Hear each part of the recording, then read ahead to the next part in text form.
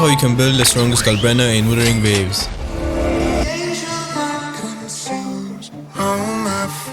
This was recorded on the media server, so some stuff might change. Just check the pinned comment for updates. Alright, let's start by simplifying her kit. Basic attack, 4-hit combo that does fusion damage. The first 3 hits are considered as heavy attack damage, and the 4th one is echo skill damage. You can do a basic attack after basic attack stage 4 for basic attack stage 2. So yup, faster combo. Heavy attack, 3-hit combo that does fusion damage, and yup, like her basic attacks, the last hit. So heavy attack 3 is considered as echo skill damage. You can just hold her heavy attack button, and then she'll keep on doing heavy attacks on her own. You can do a basic attack after your heavy attack 1 for basic attack stage 2. You can also do a basic attack after heavy attack stage 2 or 3 for basic attack stage 3. Mid-air attacks, so she has 2 mid-air attacks. First the normal one, you jump, tap the basic attack button to plunge down and deal fusion damage, considered as heavy attack damage. As for a second one, you jump and then hold the basic attack button to keep on shooting. This consumes stamina and does fusion damage, considered as heavy attack damage. She keeps on shooting till her stamina is empty. You can let go of your basic attack whenever you want to plunge down. After you plunge down, you can do a basic attack for basic attack stage 3. Dodge counter, as always, you dodge, attack, deal fusion damage, considered as heavy attack damage. But dodge counters are really good, since after successful dodge counter, you can do a basic attack. For basic attack stage 4, normal skill, she dashes forward, does fusion damage, considered as heavy attack damage. Enhanced skill, so when your 40 is full,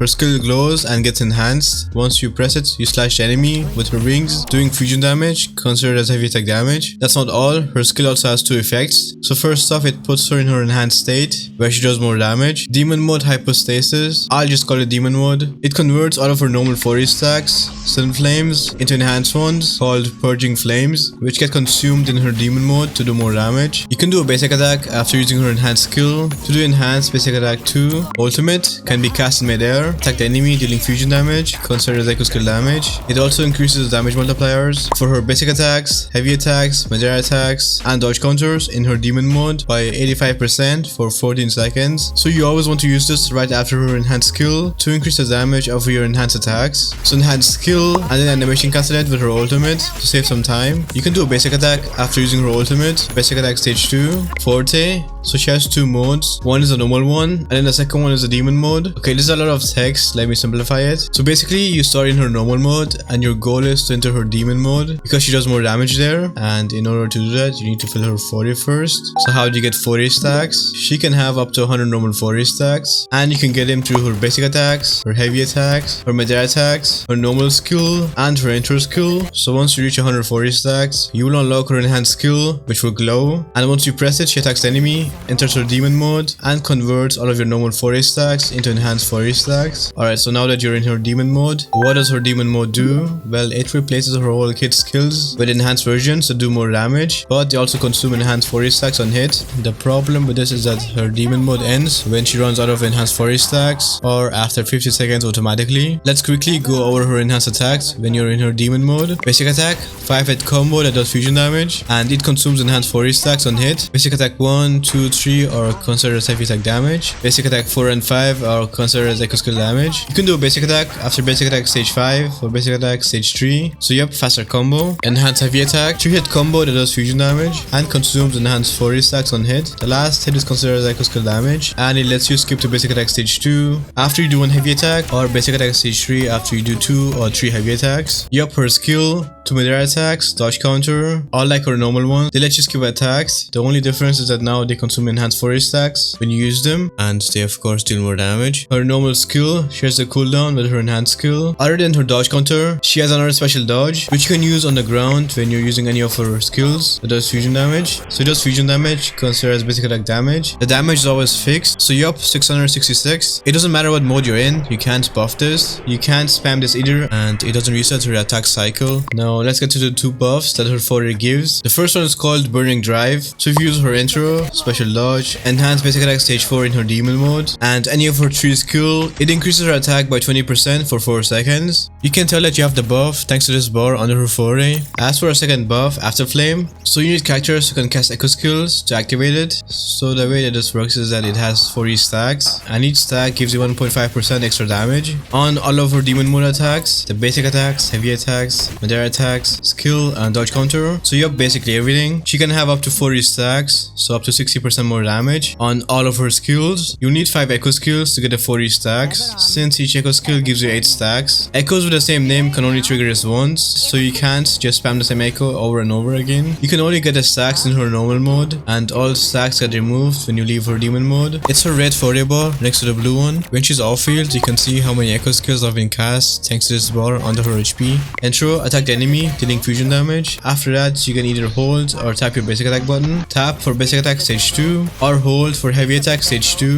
Outro, she does fusion damage equal to a percentage of her attack. So how do you activate a character's intro or outro? Well, if you look down here, each character has another bar called the conservator bar. They don't share it. Everyone gets their own conservator bar, and the value stays the same. When you change characters, you can fill up the conservator bar by hitting enemies with different attacks. So each attack gives you a different amount of conservator energy, which you can always see down here in the skill details. So yeah, ultimate gives 20, skill 15. You can always check it down here. And once you fill up the conservator bar all the way, all of your characters on the right will glow. And once you switch your character, the character who's leaving the field will activate their outro, and the character entering the field will activate their intro. Inherent skill number 1. Okay, this is the longest one in the game. Anyway, so her intro, basic attacks, dodge counters, heavy attacks, melee attacks, special dodge, basically all skills, and her ultimate. Inflict 1 stack of faded ends on hit enemies. She can have up to 4 stacks, so you have 20% damage jump for 5.5 seconds, and the same skill can only trigger this once every 5 seconds. Her normal skill and her enhanced skill are considered as the same type of skill. You can see how many stacks you have on the enemy. Thanks to the letters here, it starts from C, it's 1 stack, and then goes up to S, being 4 stacks. For high damage attacks like her ultimate, make sure to only use it when you have S. Inherent skill number 2, basic attack stage 4 in her normal mode, basic attack stage 5 in her enhanced mode, and the last hit of her normal and demon mode's heavy attack give you 10 stamina. If you're confused right now, then don't worry, you will understand her a lot better once we get to her rotations. What have I become? So when it comes to her skill priority, her 40 is the most important one, and we have her ultimate, her basic attacks, her skill, and finally the intro. I will leave her intro at 6 since it can get pretty expensive with the weekly boss mats, and it doesn't really contribute much to her damage.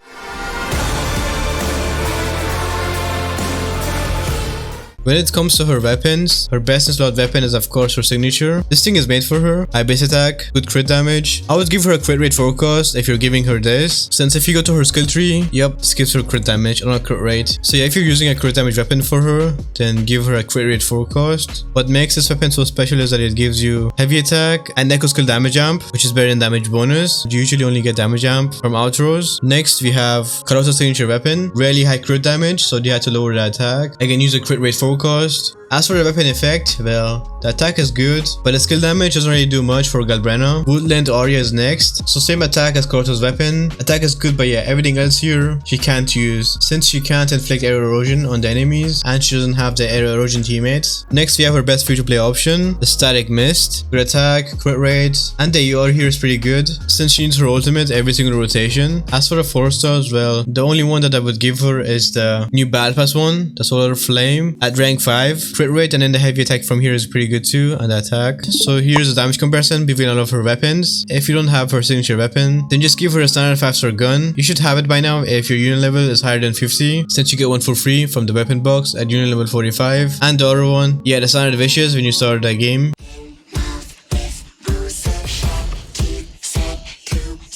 When it comes to her echo set, you have 2 options. The best one is the Flame Wings Shadow. This thing is made for her, and since this is a 3-piece echo set, you'll need 2 pieces of another set. So you can use any of the fusion sets like the Molten Rift or the Flaming Claw Print. They both give you the same 10% fusion damage bonus. If you don't have that, then yeah, you can use the 2-piece Lingering Tunes. Everybody can use the attack, but yeah, the 2-piece fusion here would be better. Oh, and if you're new, then you can just use the Molten Rift set as a placeholder until you farm her new set. When it comes to her focus echo or main echo, well, the Chlorosaurus, this thing here from the new set, or I'm pretty sure it's from the Flaming Claw Print too. Yeah, there we go. It's right here too. So you can either reuse that or farm it again for this set. This is our best option. Make sure to put it right here at the top in the main echo slot. It gives you 12% fusion damage bonus and 20% echo skill damage bonus, which is again most of her damage. So I have it like this: 3 cost, 3 cost, 4 cost, and then the usual double 1 cost here. So it's still the old 4, 3, 3, 1, 1. As for the Molten Rift set, just use a Nightmare Infernal Rider for now. When it comes to recommend stats is the usual. Crits, crit damage or crit rate on the 4 cost. Again, like I said earlier, it depends on your weapon. 3 cost, double fusion will be the best, but you can use fusion plus attack as a placeholder. As for a 1 cost, yup, you only have one option, double attack. When it comes to substats, you want 120% ER. Again, you want her ultimate every single rotation, or you'll be losing the damage bonus. Crits, crit damage and crit rate, attack, flat attack and attack percent, and then lastly heavy attack damage bonus.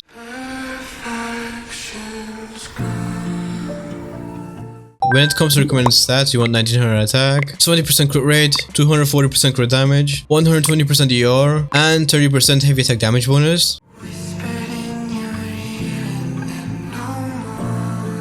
When it comes to her teams, her best teammate right now is Lupa. She buffs fusion damage, gives your team an attack buff, fusion res ignore, and also free dodges, which is perfect with Galbrena. Since her dodges do a lot of damage, she also has a lot of swap windows, which Galbrena needs for her rotation. And since we have Lupa here, we would need another fusion character for her to give you all of her buffs. So you can either use Brant, which will benefit from Lupa's outro, or also does a lot of damage, heals you, shields you, and you also get a 20% fusion damage jam from his outro. But if your Brant isn't well built, then you can use Morphe instead, thanks to a 38% heavy attack damage jam from his outro. Just give him the Moonlit Cloud set with a Heron and also the Static Mist for attack buff, and he'll become Galbrena's best free-to-play teammate. If you want to do quick swap, then you can also use Changli here. Phrolova can work too. She gives 25% heavy attack damage jam from her outro, and she also has 1 echo skill cast, which is perfect for her buff. Cantarella can work too as the healer, since she can also max her echoes 40 bar. Yuno can work too. Again, most of Galbrena's damage is echo skill damage, and it's not heavy attack damage. As for her best free-to-play team, yup, Morphe. This guy has been really popular recently, and then any healer that you have, like Verena or the Shorekeeper being the best.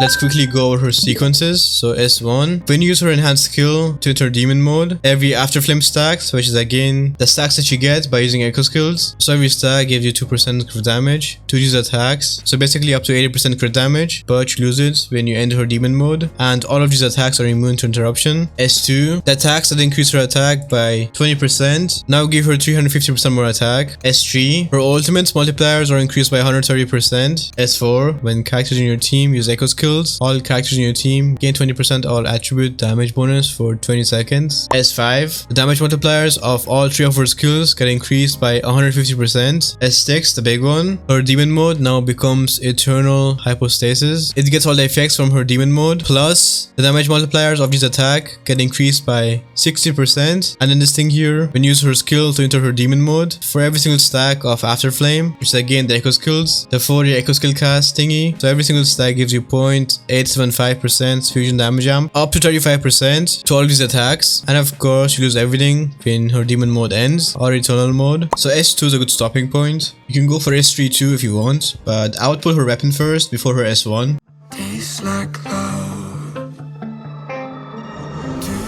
When it comes to her rotations, it's pretty simple. It's mostly just spamming basic attacks. So because of her enhanced skill number 1, I recommend you choose her ultimate after her enhanced skill to get a 20% damage jump from here, and also do 3 basic attacks before her intro to get a 20% damage jump from here. This is especially good in teams with Lupa since she has a lot of swap windows, and whenever you swap into Galbrena without using her intro, she starts on basic attack stage 2. So yup, just do 3 more and you're good. So you enter into her, spam basic attacks till her 40 is full. Once her 40 is full, her skill gets enhanced and glows. You press it and then cancel the animation with her ultimate, and then again you spam your basic attacks till her 40 is empty. Swap cancel the last hit, and yeah, pretty simple. The thing with her 5th enhanced basic attack is that you can swap cancel way earlier than you think. As you can see, I swap cancelled early and she still finished her 5th basic attack, the mirror break thingy. Just practice till you get the timing right. You can also dodge cancel her 5th basic attack if you want to save some time. Now let's go to the rotation where you don't have to swap. So you enter with her, hold your heavy attack button for heavy attack 2 and 3. Again, her intro skips to heavy attack 2. You then use her skill and dodge as soon as it does damage, otherwise it will put you in mid-air, which you don't want. And then you spam basic attacks till her 40 is full. Once her 40 is full, use her enhanced skill, cancel it with her ultimate when it does damage, basic attack till her 40 is empty, and then swap cancel that 5th attack. You can use her echo, the Korosaurus, whenever you want. Make sure it's before her enhanced skill and it doesn't really interfere with her rotation. Also, if you get a chance to use her dodge counters, then make sure to use them since it puts her on her 4th and 5th basic attack, which are her strongest ones, especially in her demon mode.